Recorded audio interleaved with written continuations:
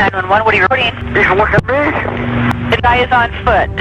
I don't know what. It's big, real big person. That's all I can say. Okay, it is a person. Yeah, it was a person or somebody really big. Police lines, military tapes, even an FBI lab report. For decades, the name Bigfoot has lived as a rumor. But tonight, I'm going to show you several recordings that authorities still can't explain.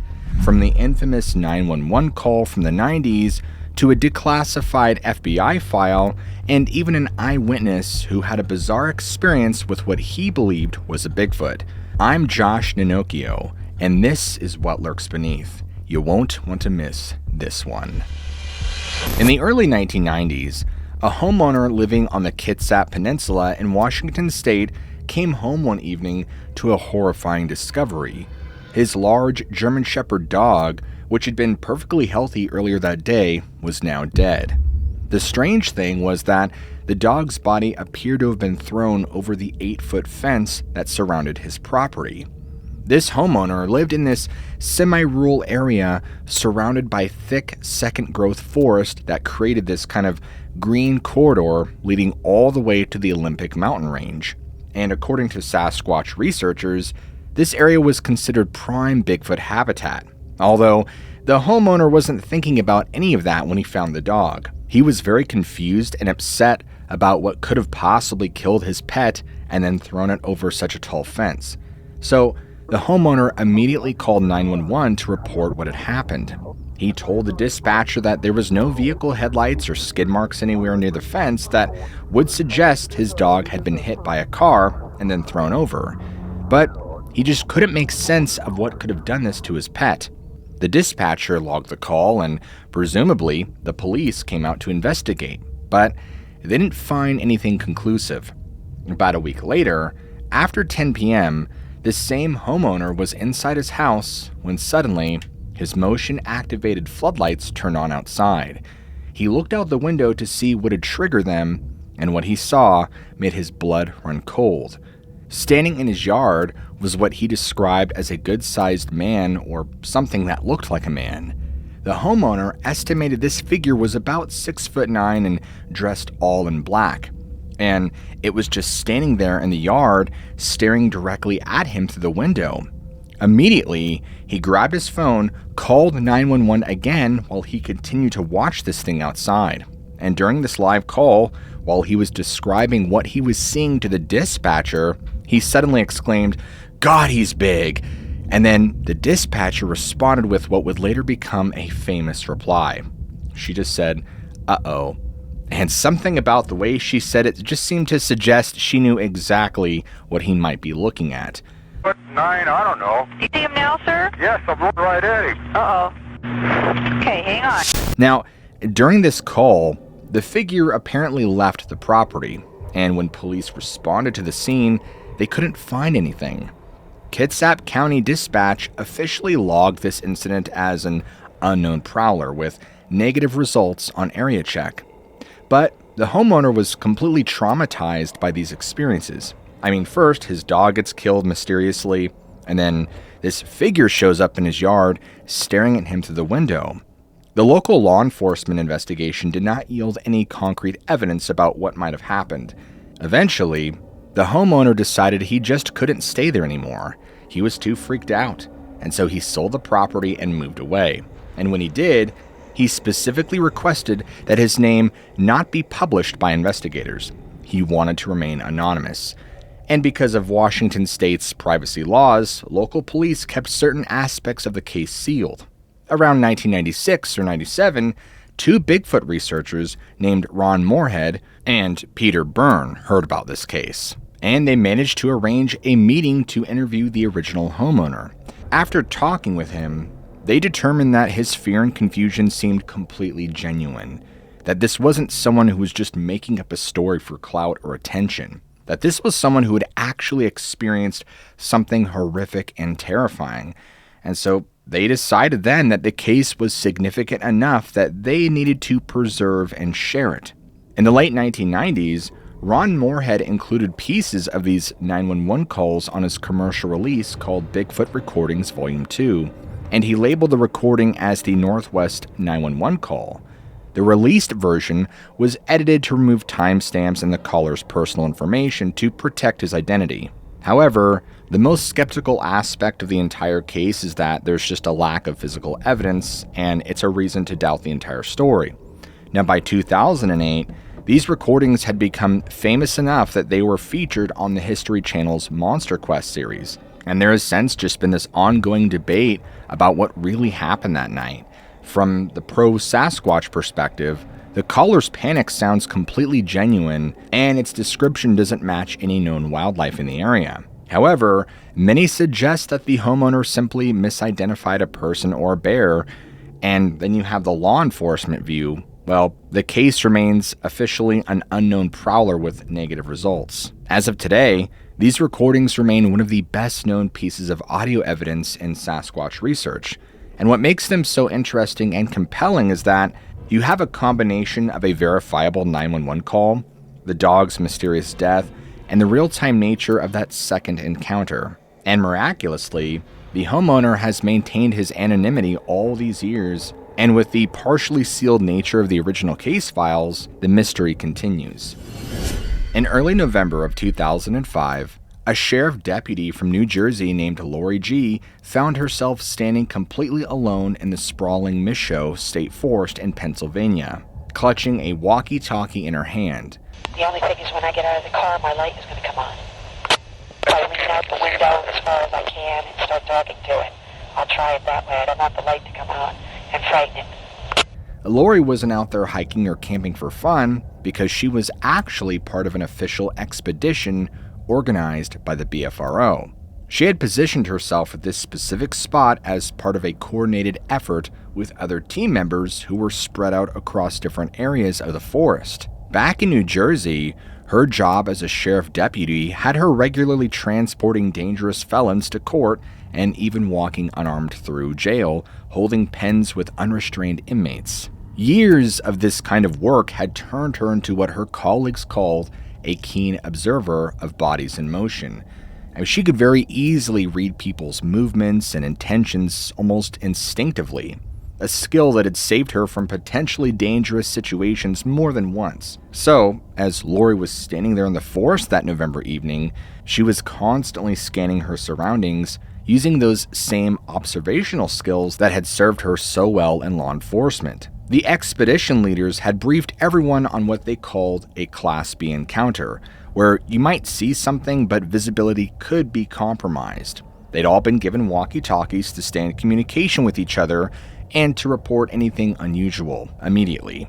Suddenly, as Lorie was looking down the forest road in front of her, she noticed movement. Something large was walking toward her. Initially, she thought it was maybe another expedition member, but almost instantly, she realized this figure was way too big to be a person, and the way it moved was different too. And so without hesitation, she raised her walkie-talkie to her mouth and pressed the talk button. And she said, "I see something coming up the road." And trying to keep her voice steady despite her heart racing, she just kept going on and saying, "It's big and it's walking upright."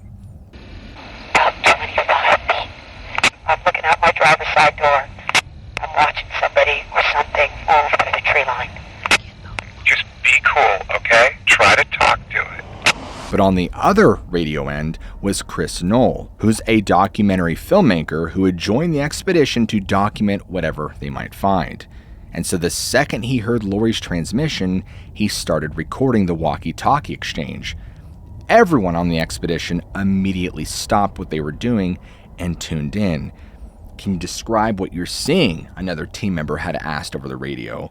But Lorie just kept her eyes locked on the figure as it continued approaching, and she explained, "I could see the shape of its head clearly, and the outline of its shoulders, and it's got these really large arms that are swinging as it walks." The entire time Lorie was describing what she was seeing, she couldn't shake the feeling that there was more than just one of these things out there. In fact, she felt like she was being watched from multiple directions, like there were others hiding just out of sight. Someone quickly told her to try to talk to it, But she just continued to stand her ground and to continue to observe this massive figure as it moved. Fortunately, her law enforcement training was kicking in, and she was doing her best to stay calm and to keep observing and to don't make any sudden movements. And she noted every detail she could about how it moved and its proportions and the way it seemed to deliberately approach her position. Now, shortly after this, the figure stopped, and without any obvious reason, it turned and moved away and disappeared into the forest. So Lorie just waited and scanned for any sign of its return, but it was gone, along with that strange sensation of being surrounded that had been so powerful just moments before. Lorie quietly sighed to herself and thought, crap, I just lost the opportunity. And so she went on her way and finally rejoined the rest of the expedition team later that evening. But she was still shaken up by it. I mean, even her hands were still shaking slightly. But her observations were very precise and detailed. And in fact, the other members were bombarding her with questions, but with everyone, she just stuck to exactly what she had seen, which was an upright figure, much larger than a person, a very distinctive head shape, broad shoulders, and long swinging arms. And she just kept saying that I know what I saw, and I'm absolutely certain that there were others there too, even though I only saw one. As a matter of fact, Chris Knoll made sure the audio recording of the entire encounter was safely saved. For the BFRO, Lorie's experience was really interesting because of her background in law enforcement and just her reputation as a reliable observer. The organization had been teaching people how to locate Sasquatch habitats and how to provoke interactions specifically for scientific study. They followed the philosophy expressed by famous primatologist Jane Goodall, who once said that one should not have to be killed in order to establish their existence. Instead, they focused on documenting encounters just like Lorie's. And what made it even more compelling was how Sasquatch approached rather than retreated. I mean, most wildlife like bears, cougars, deer will typically move away from human presence. The fact that this figure deliberately walked toward her matched all the patterns that BFRO had documented in other encounters.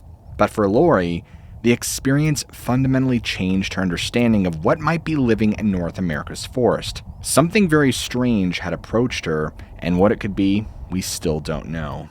In this next segment, a good friend of mine, Matt Emsch, had a chance to tell me about his very own experiences in Beaver Creek State Park up in Ohio. Let me know what you think, though, down below. There was a Bigfoot conference. It's called the Friends of Bigfoot. It's actually coming up. Where Beaver Creek is. It's near East Liverpool, Ohio. So him and his wife and their dog came up from Columbus, Ohio. That's the area they live in. They wanted to meet with me, and we went out to dinner. And then after dinner, they said, hey, we're staying at this hotel, which was close to it was literally across the parking lot from where we ate. They said, we're going to Beaver Creek. The people, because Ernie was talking in this conference, he said, everybody that's speaking in this conference and the guy that's running it is actually at this campsite at Beaver Creek State Park. We're going back. We're going to hang out and just, chill with everybody, eat, dessert or whatever, and just hang out. We go there, and Ernie starts to introduce me to everybody. Apparently, I was told, and Ernie and everybody were sitting around, this campsite that we're at is known for Bigfoot activity, very, very strong, very well known. But not only that, paranormal, like ghosts and things like that, like a headless ghost, and people have proof of this stuff. Well, this campsite that we're staying at, they were starting to talk about at the top of this long hill with a trail.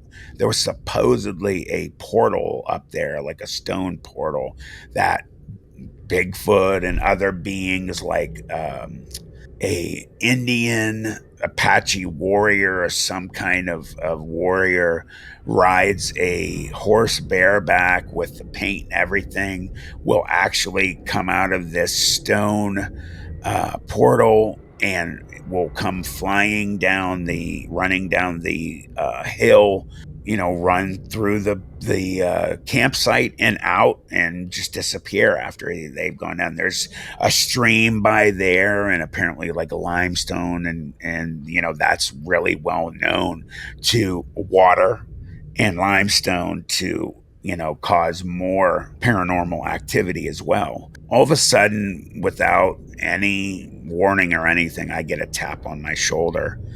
And, I'm on crutches at this point. I had just had my left knee replaced maybe about a month and a half before that. And then on my right side, I have a prosthetic. So not the greatest moment for me walking wise. And I turn around and there's a guy, about here on me. And he says, "Hi, sorry to bother you. I just want to introduce myself. My name's Johnny Freeman. I'm a psychic." And he said, "I just want you to know I've never seen anybody with an aura like yours before." And then he said, "I just want you to know that I'm being told that you need to go to the top of that hill where the portal is." And I look at him and I look up at the hill. I said, okay. I said, "Did you, see where I am here?" I said, "I also have this issue." I pulled up my pant leg. You could see my prosthetic. And I said, "I'm, just had my knee replaced." And I'm like, "I don't know how well I could get up there." I said, blah, blah, blah. He's like, "I understand. I'm just telling you what I'm being told. You do what you want with it. It's a pleasure meeting you. I didn't want to bother you anymore." Blah, blah, blah. I said, "It's fine. Thank you. I appreciate it." I wasn't going to go, thought about it for a while. And then finally it was like, you know what? All this stuff that's happened to me through the years, and it's so beyond coincidence, and it's meant to be. So finally I said, "You know what? I'm going up." So I tell Ernie and his wife, I'm like, "Hey, this is what he said, blah, blah, blah, blah, blah." And they're like, "Okay." And he had told me, "You need to go alone." So I'm like, "Okay, I'm going." So I go, very slow trek up, and this was a sketchy trail. As I go further up, it's getting thinner, like, narrower and narrower. And I look to my left as I'm going up, and I'm get like there is a ledge that you can look down once you got further at the top, that there is a drop. And at the bottom of the drop was like a stream, a river or a stream. And let me tell you something, brother. If you fell by the time I got to you either are dead or mangled beyond belief. I had, to stop at times and put my crutches down and just like take a knee and on my good knee and just sit down. Like I was soaking wet, sweating. This was the summer. Finally, I get to the top, and there was a last leg, probably only 30 feet, 25 feet to get to this portal thing. And I could see it. I had to kind of lean out like this. There was the trail went like this. And there was a rock face on my right. And if I didn't have my crutches, I could have put my back against it and, did this. But there was no way on earth that I was doing that. So I said, "Okay, this is as close as I'm getting. This is it." Well, it just so happened right before that area. And like I said, I could see it from where I was standing. If I leant over and I actually grabbed a small little sapling, which is about that thick, and I held it and I looked at the portal, and it was a strange rock formation. It was different, and definitely knew that it was what I was supposed to see. There was a tree that had fell and it was laying there. I'm like, I'm gonna sit there. So I sit down on it and I'm soaking wet. I wipe my face. I take my hat off, catch my breath. I don't know what to do. So I start talking out loud. I'm like, "Hi, I guess I'm supposed to come up here. I mean you no harm. I'm asking for your permission to be here. I hope I have it. I mean you no disrespect. Person down there told me that I was supposed to come up here. Would you please show yourself to me?" And I just sat there, and, as I'm sitting there, I just keep getting this, as I'm sitting there longer, I'm getting a feeling in my chest that something's like starting weird to go on. It does get quiet, like people talk about things get quiet. As I get this feeling like, oh, okay, something's about to happen, nothing happens. So it's starting to get dark. It's like beyond dusk. And I'm like, man, that took me 30, 35 minutes to get up this hill. I need to go. So I thought, you know what? The last thing I'm going to do is I'm going to take my phone out and I'm going to do what I see on all these shows. They do EVPs. I mean, it's worth it. I take this phone and there's a recording, audio recording there. I basically had thanked them and said, I mean you no harm and yada. And I press stop and I play it back. And lo and behold, when I'm listening to this recording, there is an obvious other being grunt that is so beyond, like I said, obvious. It's not me. There is no one else up there. And not only is there this grunt, which anyone would imagine a Bigfoot grunting would sound like, there are 3. I said, how many are there of you? Is there anyone out here with me?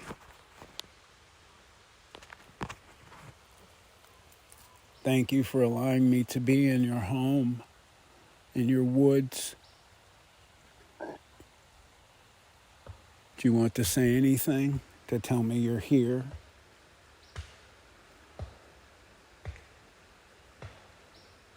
What's your name?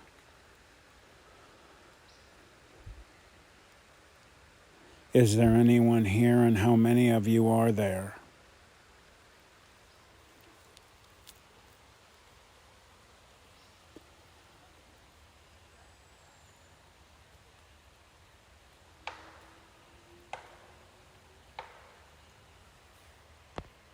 Mind you, I heard none of this with my own ears. None of it. And there are 3 wood knocks. Bap, bap, bap. I stood up without my crutches, like I still had my leg and I didn't have, I was like, whip. I was like, oh my God, thank you so much. I started thanking whatever. When I made it down to the bottom of the hill, I went straight for this Johnny Freeman, and he tells the story pretty funny. I had dropped my crutches and I grabbed him. I guess I didn't realize I grabbed him. His feet came up off the ground. I didn't even notice. I said, dude, I'm like, you're not going to believe what happened to me up there. You were right. And I played it for him and he looked at me and he was calm. He goes, I told you. He said, I told you needed to go up there. He says, I'm not surprised at all. He goes, that's incredible. He says, wow, you got something. And I played it later. I played it for my buddy, Ernie and his wife. And they're like, oh, their eyes are falling out of their heads. And I let everybody else later hear it and played it for this David Wolf. And, him and I got to be, like I said, we're really good friends now. And fast forward, I met Ron Moorhead and his wife. And I asked Mr. Moorhead if he would mind listening to an EVP sound clip. And he said, sure. And we're standing actually in like the hallway there, and I played it for him, and he said, play that again. I played it like 3-4 times. And I said, what's your opinion, sir? What do you think? He goes, sounds like you got something there, son. I said, do you think it's a Bigfoot? He goes, I do. And I played it for a number of people there, and they all were like you could see they're like, damn, man, this guy got something really good. Now, whether or not Matthew actually saw something or experienced what many believed was an actual Bigfoot on that recording, we don't know, folks. It remains inconclusive. On a late October evening in 1968, a woman named Amy was sitting in the living room of her home in Wheeler, Utah, watching TV with her back to the window. Amy lived in Ogden Canyon with her husband and her 2-year-old son, who was asleep in the back bedroom at the time. Her husband wasn't home that night, so it was just Amy and her sleeping toddler. Amy got up and went to the kitchen to get a drink of water, and as she turned around to go back to her seat, she noticed there was something behind her. Through the window, she saw a pair of glowing red eyes staring back at her, and the porch light was on so she could make out what looked like a very dark mass outlined in the window. Amy froze there in the kitchen doorway, and at first, she tried to convince herself that she was just imagining things, that she was seeing shadows or something. But the shape with these eyes, it didn't go away.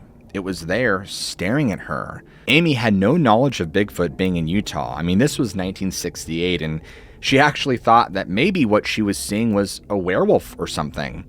And living out in the canyon like she did, she knew that her home was outside the jurisdiction of local law enforcement. But she was terrified, so she called them anyway, and they told her to call the sheriff's department instead. When the sheriff's department asked what her emergency was, she just reported that there was a prowler outside her house, that she didn't want to say what she actually saw because she didn't think they would believe her. While she was waiting for the deputies to arrive, she could hear the windows along the east side of the house and the back door rattling softly, as if someone was testing to make sure that they were secure. When the deputies finally showed up, they asked Amy for a description, and she just said that she saw a dark outline standing on the top step. And one of the deputies, who was about 6'3", went and stood where Amy said she saw the figure. And even at his height, the deputy was significantly shorter than what Amy had observed. Only the deputy's head was framed by the window, while the creature's entire upper body had been visible to Amy. They didn't find any footprints the next morning because there was simply too many fallen leaves on the ground. But Amy knew what she saw, and within a week, she took her son and moved out. About a month after Amy moved out, her husband had his own experience in that same house. Early one morning, while he was getting ready for work, he heard this commotion on the porch, and when he looked through the diamond-shaped window in the door, he saw this dark, hairy face looking in at him. And his first thought was bear, so he ran to grab his pants and his gun. But by the time he got back, the creature was gone.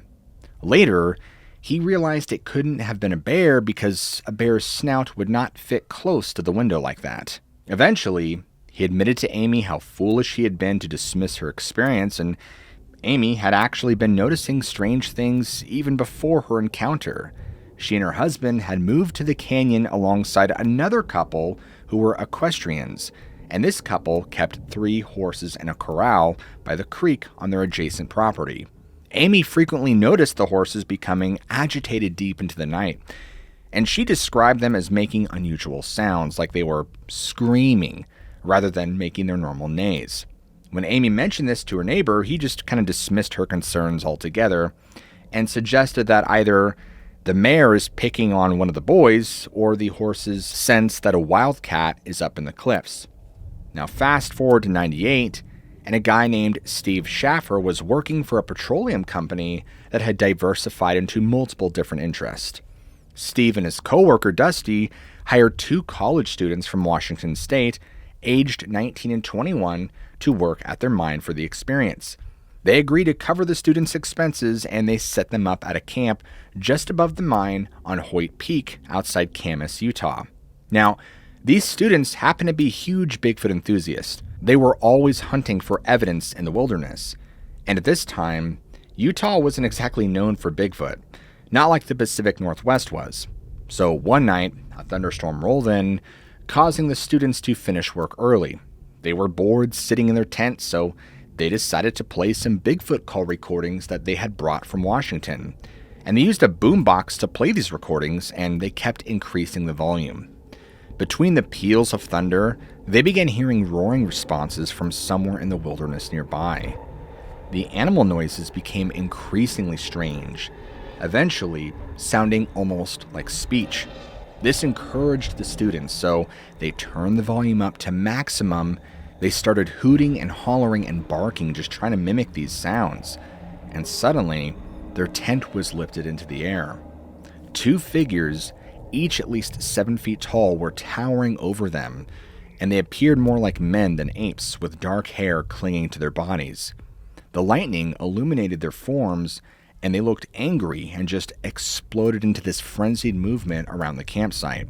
Now, even though these students were Bigfoot hunters, they completely panicked and fled. They just jumped right into their car, only in their underwear. but the car's transmission and rear end were completely obliterated somehow, but they still managed to make it downtown. The students took shelter in a phone booth outside a cafe. They called Dusty, telling him they were chased off the mountain by Bigfoot, and Dusty then called Steve in the middle of the night, saying that they needed to get to Camas right away. So Steve and his friend Gail picked up Dusty, and they drove to Camas, and when they arrived, they found the college students huddled in the phone booth just soaking wet in their underwear. Inside the cafe, wrapped in blankets and drinking hot chocolate, the students told their story. They refused to turn to that area, and they quit their jobs on the spot and said they were planning to fly back to Washington immediately. Steve and Gail decided to investigate the campsite themselves, and when they got there, they found that the area looked like a tornado had blown through it. I mean, there was a heavy 3-burner Coleman stove that was twisted like a pretzel. Every cooler was torn to pieces. All of the aluminum cans, both full and empty, were completely flattened. Walking sticks were snapped in two, and tent poles were broken and folded into quarters. I mean, the tent itself was shredded beyond recognition. And they discovered 2 sets of tracks, one larger than the other. But they didn't take any photos, which was pretty common in the pre-smartphone 1990s era. Moving ahead again to October 30th, 2012, a YouTube user named Beard Card, who people refer to as Mr. Card, uploaded a 48-second video. The video shows the filmmaker and several companions standing among autumn leaves. The camera pans up to reveal something on a hillside, a large dark figure that appears to be crouching or rummaging on all fours. It suddenly stands upright, startling the witnesses, and everyone immediately flees the area. This video eventually accumulated millions of views on YouTube and became one of the most watched bits of Bigfoot evidence ever recorded. Mr. Card and his companions were camping in Provo Canyon, Utah, near Squaw Peak and Little Rock Canyon Overlook. During their hike, they initially spotted a herd of deer. While following them, they noticed what they thought was a bear. But when it stood and looked directly at them, they realized it was a massive animal. The group immediately ran straight to the car, abandoning their tent and most of their possessions. Numerous researchers have supported the video's authenticity. They note that the witnesses' reactions are credible because they neither overreacted nor jumped to conclusions, and they initially thought that it was a bear until it stood upright. 4 years after Mr. Card's video, in 2016, a woman named Jane Everett and her family were traveling to the airport. Jane's daughter captured video of a dark figure near the side of the road at sunset. The shape vanished into a cornfield behind it, but Jane later reported that experience changed her from a skeptic to a believer. Then, in early 2019, a guy named Brett filmed some unusual footage in Provo Canyon. The video shows Brett arguing with his companions about what they're seeing.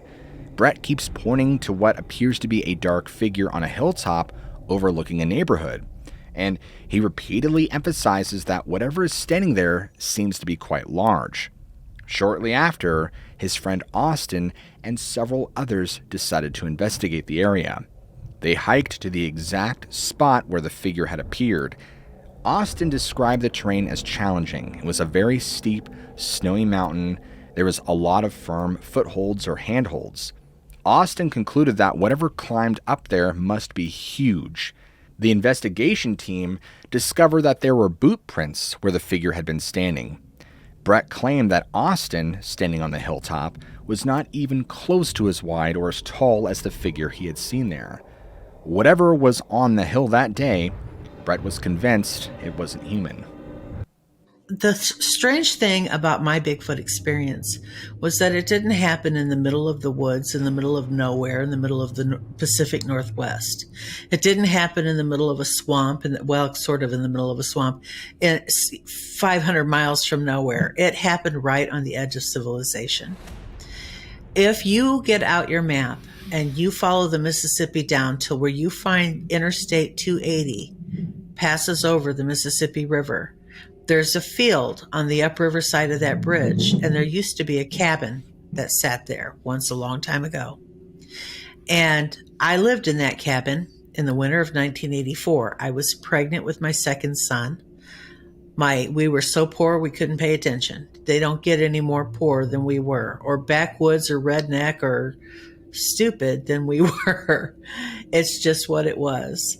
And the only money that we were earning was my then husband would go out at night during raccoon season, and he would hunt for hides. And because I was pregnant, we didn't have a telephone, and it was kind of a creepy road that this cabin was down at the end of. My best friend would come, and she would keep me company at night, and we would sit in front of the fireplace, our only source of heat. And my older son would, we'd lay a blanket out for him, and he was 2 at the time. And we would sit in front of the fireplace and we'd play gin rummy all night. Now, being super poor people, you can imagine we didn't have really nice furniture. In fact, what we did have was this old sofa bed that sat up on cement blocks that, the only reason it sat up on cement blocks is that was the only way you could pull the bed out. Otherwise, it would drag on the floor. And that's what we slept on at night because it was the only warm spot in the house. And we were sitting there playing gin rummy, and something hit the house so hard that it knocked that big, heavy old sofa bed. And once upon a time, folks, those were really, really heavy, off of those cement blocks and onto its face on the floor. Well, of course, I jump up and I'm screaming and running around, and my best friend jumps up and she's screaming and running around. And we went outside, and there was a porch that ran the whole front of the cabin. Now, this is right on the Mississippi River. So this cabin is built about 8 feet off the ground, okay? Or 6 feet off the ground. It's not right level with the ground. It's a long set of stairs to go down to the ground. And I look down this end and I run to the other end and I look down that end. Didn't see anything. But my signal to my husband, in case something was wrong, was to get the gun and fire 3 rounds into the air, which I did. And he came back to the cabin and he looked around. Something had definitely torn there was a lattice work all around the bottom, a skirt around the bottom of the cabin. And something had definitely torn that skirt off at some point in one spot. But we're talking probably early December, maybe late November, but more like December. And there's no way there was going to be any footprints because everything was frozen. This is Illinois. And so, and the northern part of Illinois. So he said he had basically laughed it off. Yeah, you're imagining things. So after that, I was very leery about coming home after dark. If I went out during the day, I made sure I was home and in the cabin by dark. And January came. There was an ice block on the river, and we got flooded out, and we moved to another place. So July comes along, and my husband wanted to go fishing. He wanted to go fishing this is a place called Big Island. And no, I don't want to go fishing down there. Yeah, let's go fishing down there. And I really, really, really did not want to go back there. But I did. And we get down there and we pull into this little clearing on the opposite side of the road from the river. There was like a backwater pond, a long, narrow pond. And we pulled into the end of it, a sort of a teardrop shaped clearing. He turns the car around, faces it out. Now this clearing's just about wide enough for maybe 1.5 cars to pull through. I don't think 2 could pull through that little entry drive into that clearing without running into each other. But once you got through that little driveway, it opened up. So he turns the car around, points it outward, sets up, we build a little fire for me to cook a hot dog because at this point my 2-year-old was 3 and I had about a 5-month-old baby. And I put the baby in it was like a fishnet playpen. I draped mosquito netting over it. It was evening. My husband takes all of his fishing stuff and heads down, way, way down. I don't even know where he went to fish, but it was way far from me. I knew that. And he left me and my 3-year-old to fish in this backwater pond. And frankly, there wasn't anything in that pond to catch but dogfish, and I don't eat dogfish. I don't know anybody that does eat dogfish. And so I thought, oh, heck no. But just to entertain my son, I let him put his line in the water with a little bobber, and I just sat there and looked at the stars. I made him a hot dog and some marshmallows and that kind of thing. Pretty soon he got tired. I slipped him into the playpen. Playpen's behind me. Car's over here. The pond is in front of me, and we're basically surrounded entirely by trees. And I began to hear something in the bushes directly behind me on the backside of the clearing. And I couldn't quite place, it sounded like something was just kind of scurrying around, kicking things around in there. And my first thought was, there's a raccoon back there. And it's probably smelled the hot dogs, and it's probably waiting for us to leave so it can raid the camp. Boy, that's a big raccoon. That's not a raccoon. And then I heard it made noises. Now, it wasn't like what they call the samurai sounds. It wasn't that kind of chatter. But it was not really, it wasn't a big loud woo or anything like that. It was just a odd little, I heard it one time in all these years, somebody captured something that reminded me of it. And it was just close enough to being, the only creature in that part of the world that I can't readily identify is a fox. And that's because they make so many different sounds. But I still thought if it was a fox, it was a pretty big fox.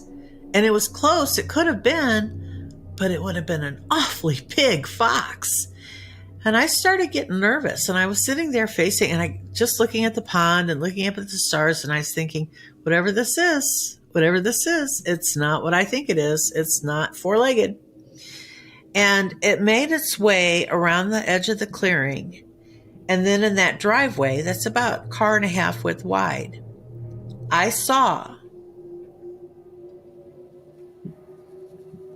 was sitting down on a bucket that had a little pad on it.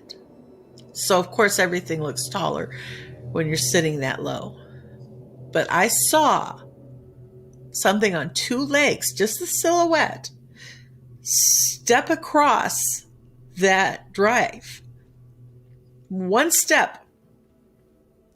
And I'm telling you, it looked 10 feet tall. It looked 10 feet tall. Of course, it was probably only 7 or 8 feet tall, but only 7 or 8 feet tall is a big statement. So anyway, there's trees right there. And then, of course, I could hear it go through the trees. And then I could hear it go down into the backwater pond. And I remember sitting there with my head down thinking, all I have to do is take the flashlight, shine it out there because I can hear it out there in the water. I can see what it is. I can look up. I can see what it is. And I was so terrified. I didn't want to look up. I did not want to see what it was. I didn't care. Well, it splashed around out there in the water, and I don't know if it was taking a bath or if it was catching those dogfish or if it was just playing. It just splashed around out there, made its way to the other end and out. This was not a violent encounter by any stretch of the imagination. But I was terrified. As soon as it got out the other end, I jumped up. I kind of scattered the little fire around and loaded everything up and put the lantern in the playpen and the kids in the car and my little bucket of my cooler in the car, jumped into the car and honked the horn for my husband 3 times for him to come back. He didn't come. And that was when I realized he had walked off with the keys in his pocket. I couldn't go anywhere. Oh, no. All I could do was sit there in that car. It was like daylight before he got there. And of course, by then I was so hysterical. All I could do was sob and cry because I still have the memory of something being big enough to knock that sofa. And for years, I thought it had hit the side of the house. But in recent years, I've come to realize that back in November, December, when that first one happened, it probably hit the bottom. It probably stood up and hit the bottom of under the floor to make that couch do what it did. And all I could think is, this thing's huge. That thing's huge. And I know what it can do. And I'm out here alone with my 2 kids. And my husband didn't show up until almost daylight. And that was emotionally very difficult for me. What made it even worse is when I tried to tell people, this is what I saw down on Big Island. My husband would say, don't tell people that. They'll think you're stupid. Stop telling people that. They think you're a liar. Don't tell people that. They think you're crazy. Stop that. And then his friends started in, and they made fun of me. And it was awful.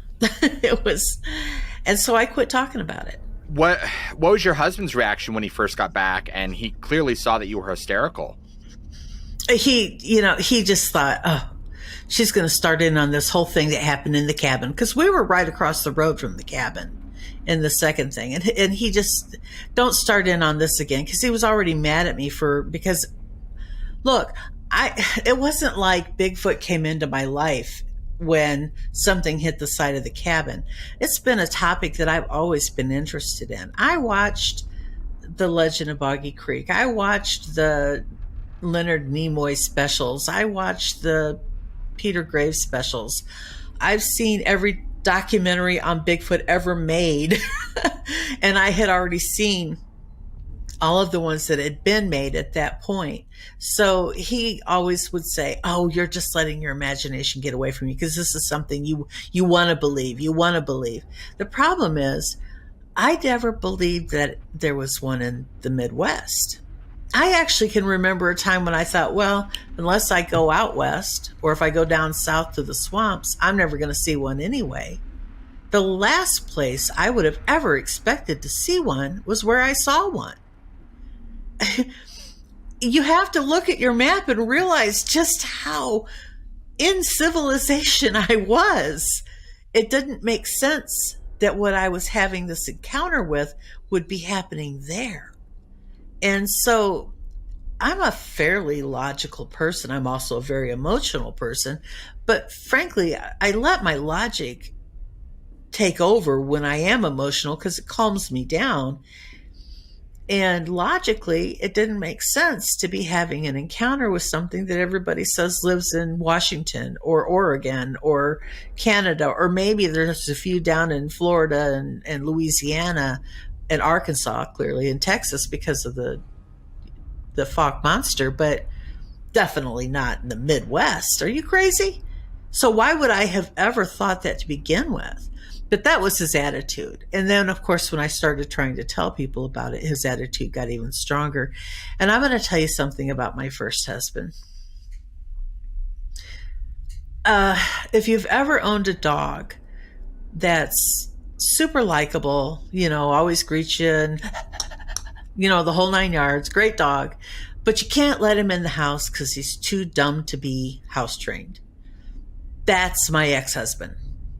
Nice guy, too dumb to be house trained. So, and also, by the way, a horrible alcoholic and drug addict, sadly. And that's what ended our marriage ultimately, was the drugs and the alcohol. But to have him call me stupid was more painful than anything else, because I'm no great shakes in most cases, but I ain't stupid. And to have him treat me like that was the hardest part for me. And to have his friends, who were all clones of him, do the same thing was just unbearable. I don't like being called stupid. Yeah. And that was what really dug deep for me, was their attitude that I was just being stupid or a liar or crazy, That's what I hated most. I would tell the story as my boys got older, and they'd have friends around the campfire. We lived out on the farm by then. They'd come and I'd tell the story and I'd exaggerate. And only in the last few years have I really been open about what happened and told exactly what happened. And I've begun to relive and refeel those emotions that I had. And it was not a violent encounter, and I need to stress that. This thing didn't attack me, but it still managed to scare the living daylights out of me. Over all the years that since that's happened, I've only had one person come to me and say, I saw something down there, but it was a juvenile version. It was a smaller version of what you saw. It was only about 4 or 5 feet tall, and it looked like a kid, but it was covered in hair, and it was less than a mile from where you were at. Time passed, and around 2014, I was listening to a podcast, and a man the man that was telling his story on there was talking about being, he was a paper boy in Eldridge, Iowa, which is just across the river and out a ways, around the same time frame. And it was wintertime, and he was followed, and he saw footprints by a Bigfoot. So I'm not alone in that area. But if you look at where it's at, you're like, there's no way. There's absolutely no way she could have had an encounter there. That's right on the edge of civilization. And I'll tell you something else that occurred to me only recently. Only from probably the last 10 years or maybe so, when I've really, really gotten into studying them, and I've been able to hear other people's encounters. Those things are very stealthy. They can creep up on you. And you don't even know it. You could be standing next to one and not even know it. And my children were behind me. It could have come up to that playpen and taken them out of it, and I would never have known. And that is what terrifies me the most. On a warm Tuesday evening in June of 1964, 2 brothers named Gordon and Randall Brown were moving very carefully behind a shed on Evelyn Utrup's farm in rural Michigan. They had a flashlight with them because the sun was starting to set fast, and they were investigating the strange, shadowy figure they'd seen ducking between the shed and the barn. As they're shining this light around, they notice what looks like a tree standing there. But then they both realize, wait a minute, there shouldn't be a tree right here in this spot. And that's when this tree suddenly moves, and they realize it's not a tree at all, but it's something else entirely. Something that shouldn't exist. This wasn't the first time, though, somebody in the Sister Lakes area had seen something weird in the woods or near the lakes. The Sister Lakes area is a place in Michigan made up of 10 separate lakes in about a 6-mile area. Most people there lived quiet lives centered around farming, cherry orchards, and maybe a bit of tourism during the summer months. It was kind of a place where everyone knew everyone else, and nothing much exciting ever really happened. Until 1964. For about a year or two before this, locals had been spotting what they described as this immense creature, standing around 7 to 10 feet tall, weighing hundreds of pounds with distinct black, leathery face and glowing eyes. One local, a guy named Robert Walker, had seen this thing so many times that by the summer of '63, he actually claimed he could predict its movements. That's how familiar he was with it. But most people who saw this thing, well, they kept it to themselves because, who's going to believe you if you saw some giant monster roaming around in rural Michigan? You'd be laughed right out of town. People in the area were hearing strange sounds through the cherry orchards, too. Sometimes it sounded like a goose honking, but other times it was more disturbing, like a lost baby crying somewhere deep in the trees. What really got everybody, though, was when Evelyn Utrup was chased into her farmhouse by the same creature in early summer of '64. She was terrified, breathing hard, and could hardly feel the ground shaking beneath her feet as this thing chased her across her own property. Whatever was behind her was so massive that with each step it took, the entire farmhouse would tremble slightly like there was a small earthquake. After this, Evelyn finally broke the silence and told her neighbors about what had happened. And that, my friends, opened the floodgates. Suddenly, everyone was sharing stories that they had previously kept secret. Some locals even had this theory that the creature was semi-aquatic, basically spending the daylight hours lurking under the surface of Dewey Lake before coming out at night. That brings us back to Gordon and Randall Brown on June 9, 1964. They had come to Evelyn's farm with Gordon's wife Mary and a neighboring girl to investigate all the strange things that had been happening. When they saw that tree move and realized it was the creature, they didn't stick around to get a better look. I mean, they turned and ran as fast as their legs would carry them. Evelyn was so terrified by this that she called the Cass County Sheriff's Department, just completely hysterical. And so when deputies arrived, they found a single large track they couldn't identify. Both Gordon and Randall, who were experienced hunters familiar with all the local wildlife, just insisted that whatever they saw was definitely not a bear. And this was the first time authorities had officially documented an investigation into a creature. And by the very next day, Wednesday, June 10th, someone had posted a sign pointing toward Utrup's farm with just one word on it: monster. Then, a radio broadcaster in Benton Harbor mistakenly announced that authorities were organizing a hunting party to track it down. Within hours, monster hunters started arriving from all over Michigan, some coming as far away as Ohio. Most of them brought weapons, guns, knives, tire irons, anything they could to use or protect themselves with. Law enforcement from neighboring counties had to be called in just to help maintain order. This quiet farming community was suddenly overrun with thrill seekers and monster hunters. I mean, it was basically chaos. The situation got even more intense on Thursday, June 11th, when 3 teenage girls had their own encounter with this thing near Swisher Street and Town Hall Road. You had Joy Smith, who was 13, sisters Patsy and Gail Clayton, 12 and 13, all walking along when this thing crossed the road right in front of them. Patsy got the clearest view and described it as 7 feet, walking on 2 legs, black leathery face, just like all the other reports had mentioned. But poor Joyce actually fainted when she saw it. But her friends quickly revived her, and then they all ran to the nearest house to call for help. Now, their detailed accounts were so convincing that authorities intensified their search, even calling in a state police plane to search from the air. And by Friday, on June 12th, this mystery had exploded into a full-blown media frenzy.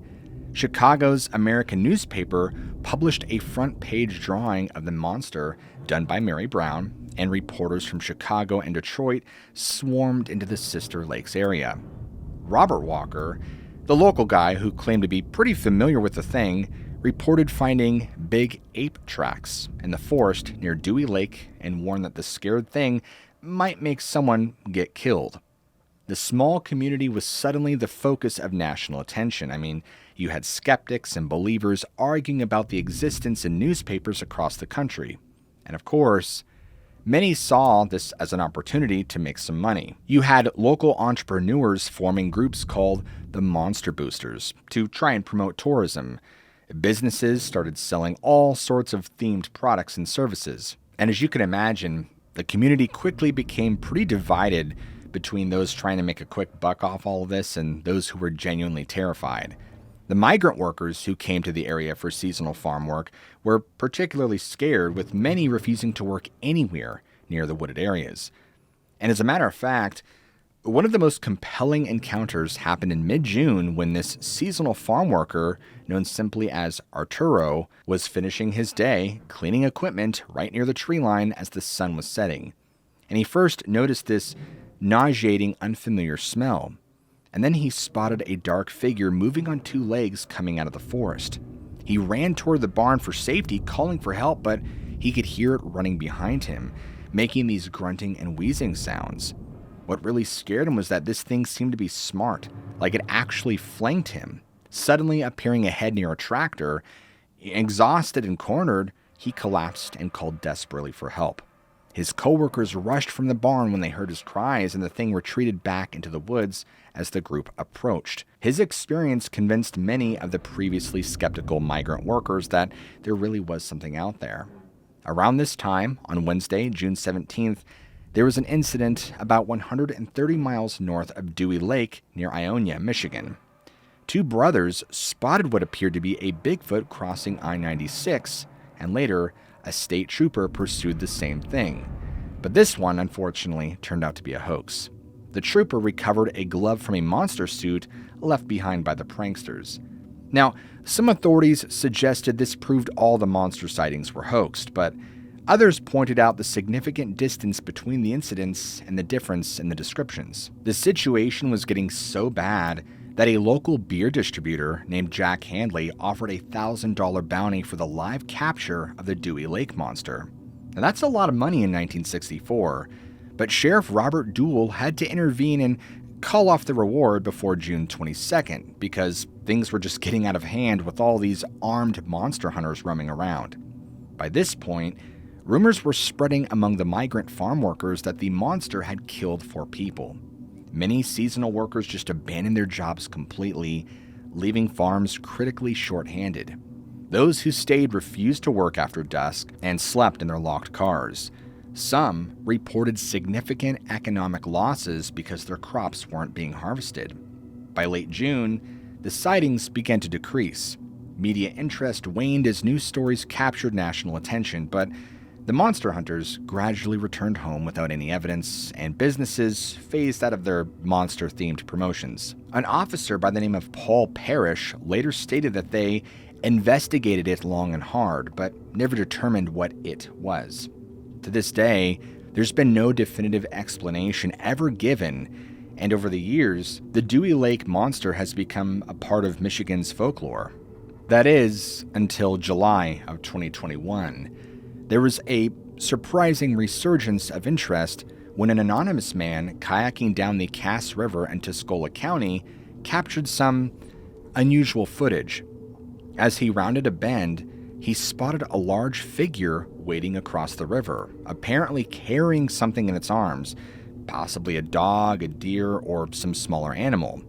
The kayaker recorded about 5 seconds before it disappeared into the thick foliage. After the footage was analyzed by the Rocky Mountain Sasquatch organization, they concluded that it was genuine. Unfortunately, we don't know if this all really was just a hoax, or if maybe this was just a misidentified Bigfoot, or if it's its own creature. We just don't know. Like everything else I've shared with you today in this episode, folks, it all remains a mystery. And because you guys made it this far, I want you to all comment below Bigfoot or Big Feet, so that way I know who made it to the end and who didn't. And if you guys enjoy this kind of content where we deep dive into storytelling of the mysterious and supernatural, what are you waiting for? Smack that like and subscribe button right now for more content just like this. As always, I love you all, keep an open mind, and I'll see you all in the very next episode.